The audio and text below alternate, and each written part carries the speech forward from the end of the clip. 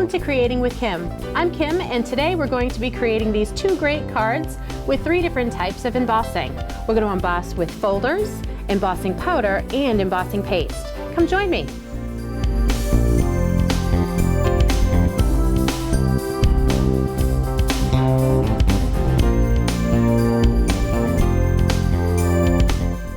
Today we're going to be making 2 different cards. We are going to be using all different types of embossing techniques.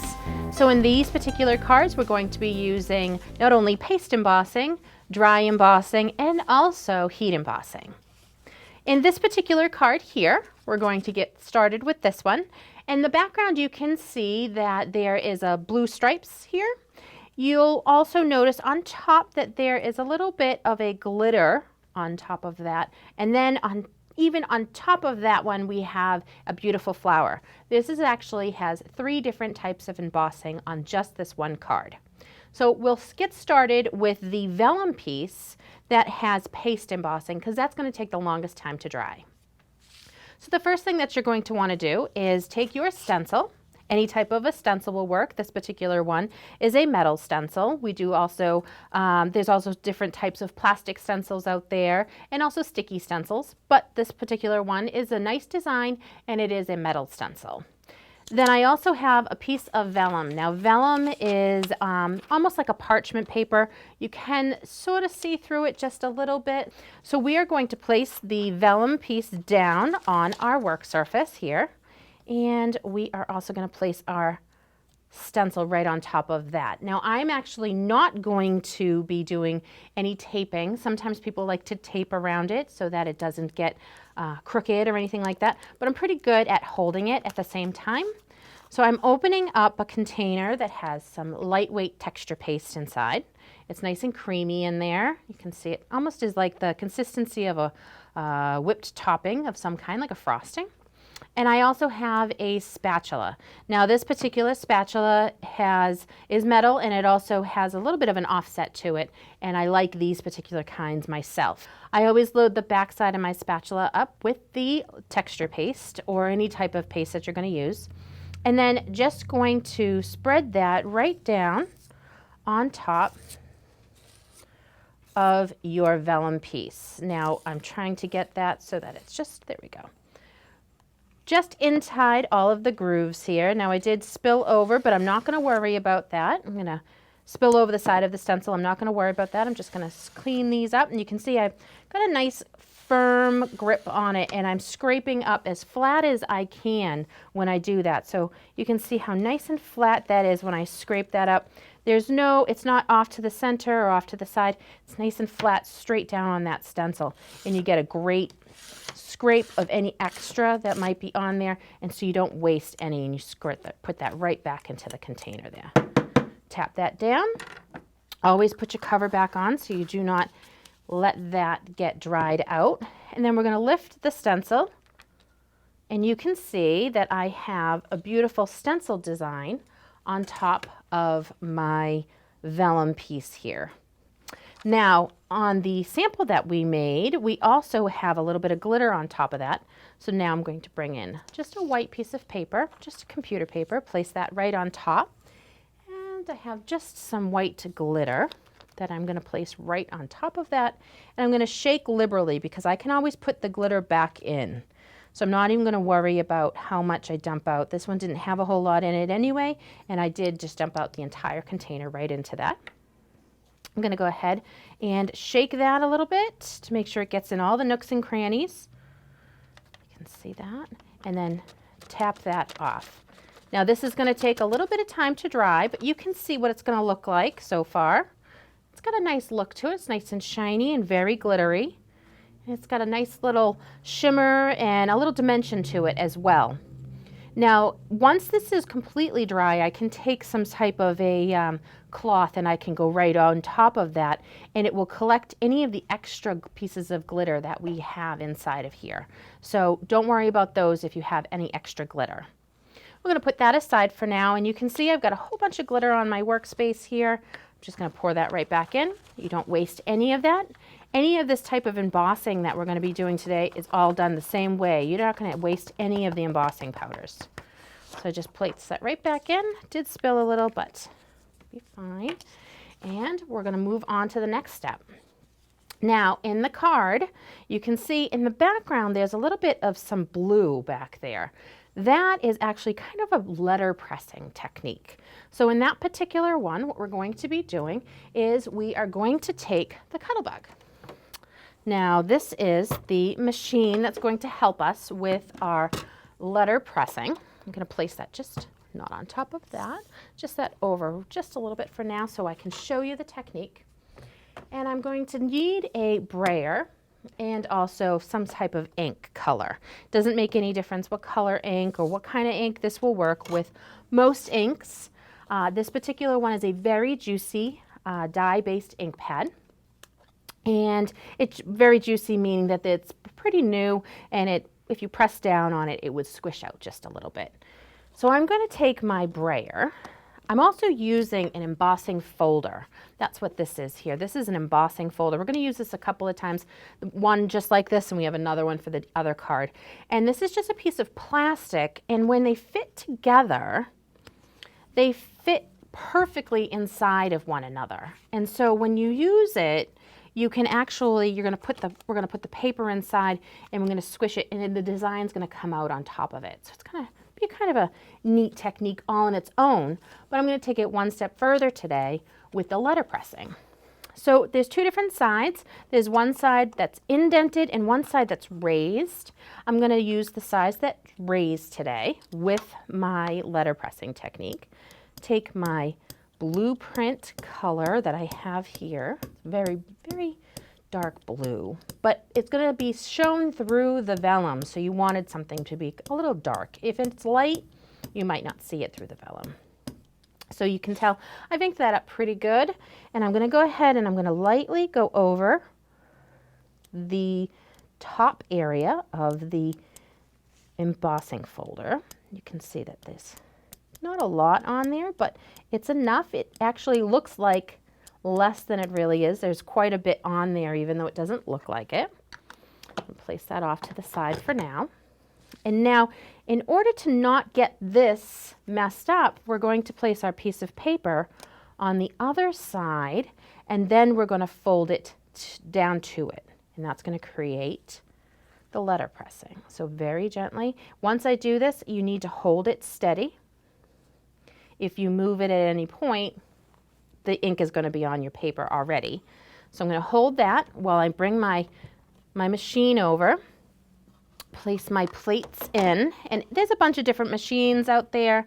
Whatever machine you have, you'll follow your sandwich guide. I'm going to place that right inside, and then my other one, and I'm going to go ahead and I'm going to roll that through. And when I pop that out, put that off to the side now. When I take this off and pop that out, you can see that the color has transferred onto the piece of paper here, and it's actually inside. So it's not raised. The other side is raised on this side, but this side, the color is now inside of the grooves there. We have this, and we're going to put this aside for now. So that is your second part of embossing.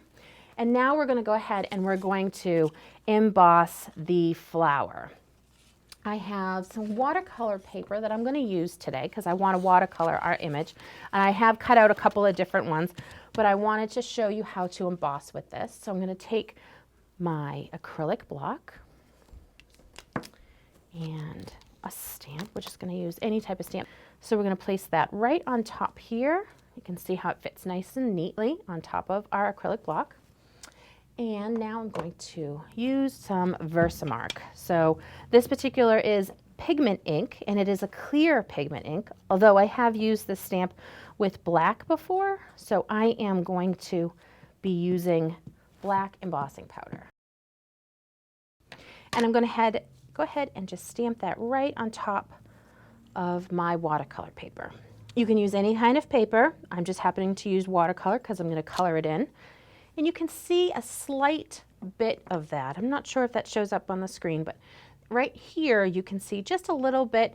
That's a little bit of the watermark plus the fact that I don't always clean my stamps very well, so it's picking up some color that we've used before. Since I know that I want to use also the stem portion of this stamp, and I know that the pigment ink is going to take about 5 minutes or so to dry, I have a few minutes to go ahead and grab my stem, put that on my acrylic block, go ahead and ink that up, and then I can emboss all of them all at once. So I have this here all inked up. I'm going to fit that right on top, press that down, lift, and now I have both of them done. Open the black embossing powder. It looks a little bit like the glitter that I had just a moment ago, but this one here needs to be heated, and when it heats up, it actually melts a little. So again, I'm very generous when I put it on, because I don't need to worry about it. We're not going to waste any. I tap it off, and you can see that the image has just shown right there. Go ahead and put that off to the side while I pour all of the extra back into the container. There we go. Put that aside. And now I'm going to use the heat gun, and I am going to heat this up and melt that.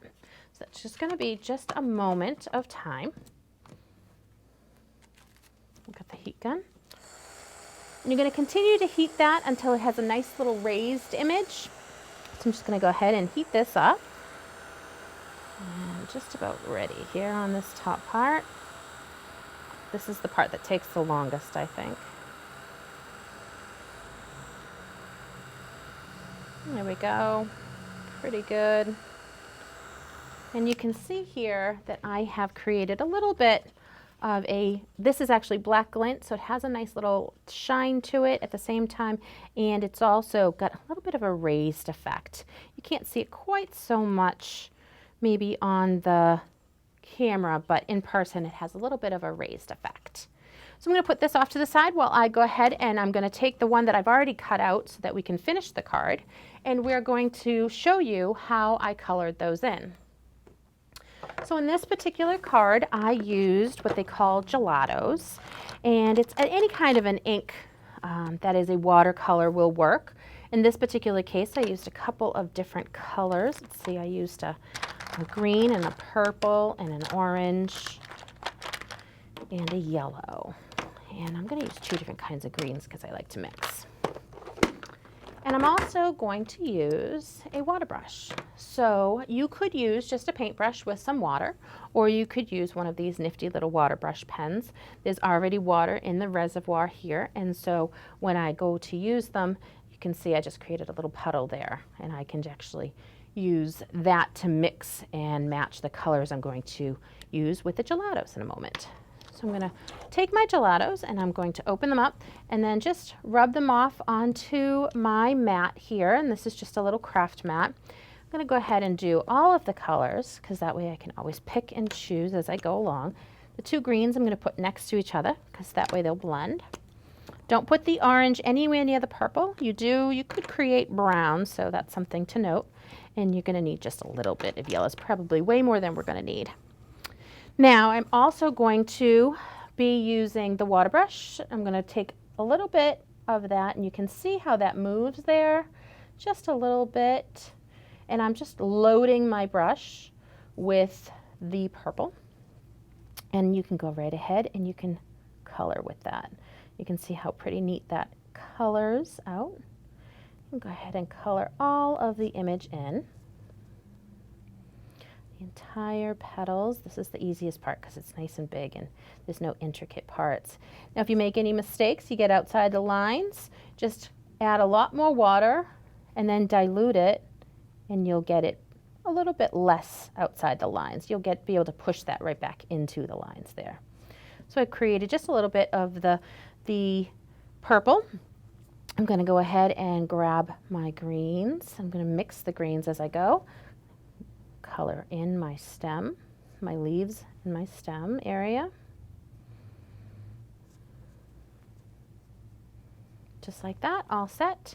And last but not least, a little bit of the orange for the inside.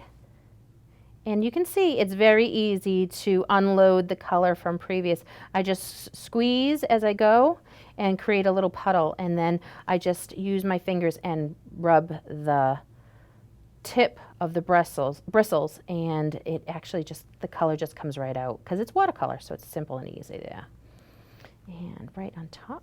And then last but not least, I got a little bit of the yellow. Put that right in the middle. Okay, so I'm ready to go with that one. That's all set, as well as that. And then it would just be this particular piece to dry.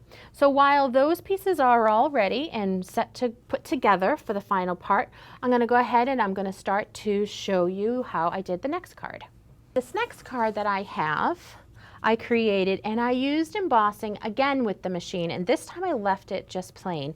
And then I also did embossing with the heat gun with a glitter and also with the same color. So I'll show you how to do that as well. Now I have my embossing plate again, just like before, and I also have my paper. This time I'm not putting anything on top. I'm just going to put the paper right inside, fold that down, and grab my machine as before. Put your sandwich together. Right here. Put that right there. Go ahead and slide that right in.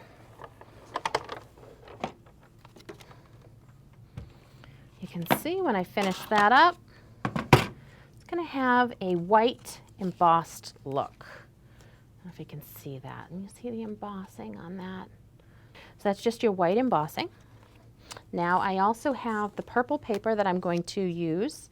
In this particular one, because it has some glitter in it, it has a tendency to be humid and sticky. So this particular brand, I'm going to just use a little bit of, it's a bag, it's an embossing bag, and it has a little bit of like cornstarch and baby powder and some other fancy goodness inside of the bag. And I'm just going to go ahead and I'm going to tap this piece. And that's going to hopefully create this anti-static area on top of this purple piece here. And I keep it just in a little container like this because it gets messy. So you don't want it to get too messy. Now anything extra that's on it, I just tap off. You can see this sometimes quite a bit, sometimes not so much. And now for this, I am going to stamp right on here because I'm not going to stamp off of this anyhow. I have some stamps that I had taken off of a different set, and they are also acrylic. They just fit right on the block again. And once again, we're going to use the pigment ink that is clear. And I'm going to go ahead and I'm going to stamp that all the way down a couple times. So go ahead. And I moved my stamp. I don't know if you noticed that. I just kind of shifted it from one angle to another. And you just want to make a nice little design that's going to be interesting. You're not going to see the whole thing all the time, but you might want to twist it so you can see some of the flowers coming and floating down in different directions. That was my thought when I made this. There we go. So I have just a couple of them right on top of there. And again, this stays wet for very long. It is a pigment ink, which means that it's just really nice and juicy, and it's going to stay like that for a little bit of time. I'm going to take my embossing powder that has glitter in it already. I'm going to place that right on top. Again, I'm really generous with mine because I don't want to ever miss a spot, and I know that I can put it right back in. And I'm going to just go ahead and give it a little shake, and you can see all of that stayed where the design was that I just stamped, but all the rest of it just fell right onto the workstation there. I'm going to place that right aside so that I can pour this right back in. Again, no waste. All of this goes right back. This sometimes got a little bit of glitter on top of there, but for the most part, you're pretty good. Off to the side, because we'll use that again. And then I have my piece that I would like to heat again with the heat gun. Now, a little bit about a heat gun. Heat guns get up to sometimes about 240 degrees, depending on the type of heat gun. And also, heat guns work best if you keep it still until you start to see it color and then move it. Sometimes people do this a lot, and I even find myself sometimes doing this a lot.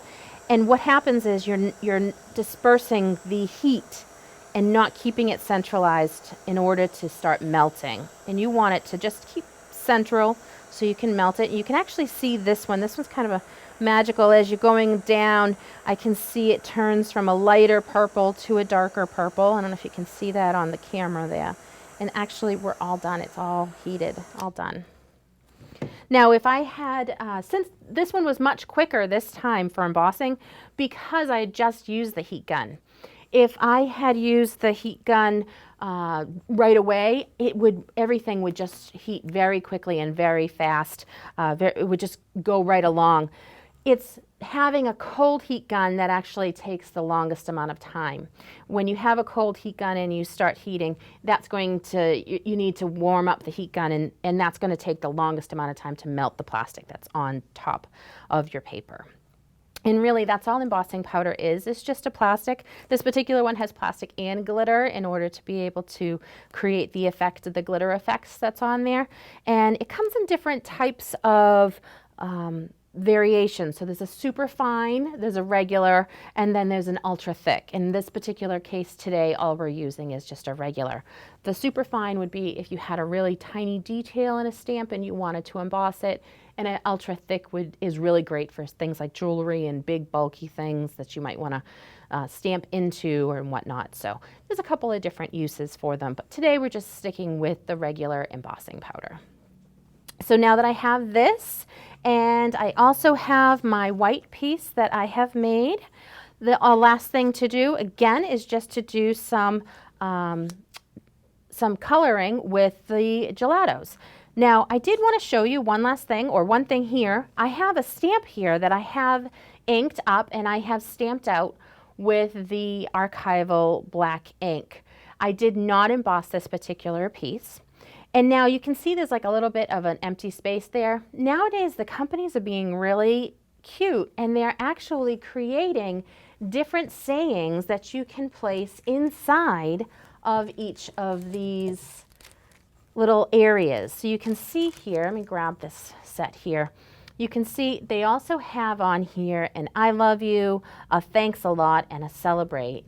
And in my original sample, I created the thanks a lot, which I thought was really kind of cool. But I thought maybe for this particular one, I would show you how to use the celebrate. So it's kind of neat because it's clear and my block is clear. So I'm going to ink up this with my archival ink black. Generous bit here. Direct to paper. I always leave my stamp so that it's flat, and then I bring my ink to that. That I find is the best way. Sometimes if it's a tiny stamp, I'll just stamp right direct to the pad, but for something like this and I want to make sure it's completely inked, I go right onto there. Now you can see, I don't know, hopefully you can see that it's going to line right up inside of there, and I can look just by overshadowing there, and I can push that right in the right area, and I'll be able to press that right in, and that's going to fit perfectly inside of that little banner area, which is kind of cool. And you can see I have created Celebrate inside of the banner. It's kind of neat. A lot more of the companies are creating these interactive stamps, so to say. So we have one of those, and I've actually already cut that out, so I might as well give that a little bit of a color for you. So let's see, I have my yellow from before, my orange, and my green. But this one here, I didn't use purple in this particular design. So I'm going to go ahead and squish out a little bit of greens. So I am going to go ahead and I'm going to take my card base. I'm going to fold that right up. Get this out of my way so I don't get this messy. And for this particular one, the one that we did originally, we're going to go ahead and we're going to take the ticking part and we are going to adhere that on just with any type of adhesive. I have here a tear tape adhesive. I'm going to place that right on top. And once you've got it down, as long as you burnish it, you should be able to peel that right off nice and easily. I'm going to place that right on top of my card. Nice and easy. No, I did get some. There we go. All right, and then I have this here, and now the thing to note about this is that it's pretty dry, or pretty much dry. There is maybe a little bit of wet spots in the thicker areas, so I'm not going to wipe it completely just yet. But one thing to note is that if I put adhesive on the back side of this, you would see it because it's very see-through. You can see now how see-through that is. You can see the design right through it. If I was to put this, this adhesive right there, you'd see it. So we're going to go ahead and use wet glue that has a fine tip on it. And on the back side, you can see I've already got a little bit of a guideline, which is kind of cool. And I'm going to go ahead and just add a little bit. This does dry completely clear, so that's always important when you're using, making cards and using different types of products, to make sure that you find a glue that is completely clear. Because if you don't, you might see it through the design, and that might not be what you're looking for. So I've just gone ahead and I've followed the lines, and I've added a few little dots here and there where they have dots, and I have just place that right on top. Oops, I'm going to open the card wrong if I do it that way. Always make sure of your orientation. Sometimes I've seen people make them and they put the card so that it opens the other way. So you want to make sure that you don't. So I'm going to head right there, and I've pressed down on that, and it does feel pretty dry. So I'm just going to take a little bit of a paper towel. You can see a little bit of glitter comes off. There is a little bit of extra. If you really wanted to, feeling frugal, you could go right ahead and you could put that off onto a piece of paper and then pour that back into your glitter container. But for today, we're just going to go ahead and clean that off. And now we're going to go ahead and add on our flower. That'll just go on just like this. And you can use either one. I have this one right here, so I might as well use it. You could use your tear tape, any type of adhesive for this particular part. You could even use pop dots and pop it up. That would be a nice little touch. So just added a generous amount of adhesive to the back side. We are going to place that right down on top of the card. So here we now have a card that has been triple embossed. Remember, we did the machine embossing on the bottom, which was the letterpress. Then we did paste embossing with the glitter in between.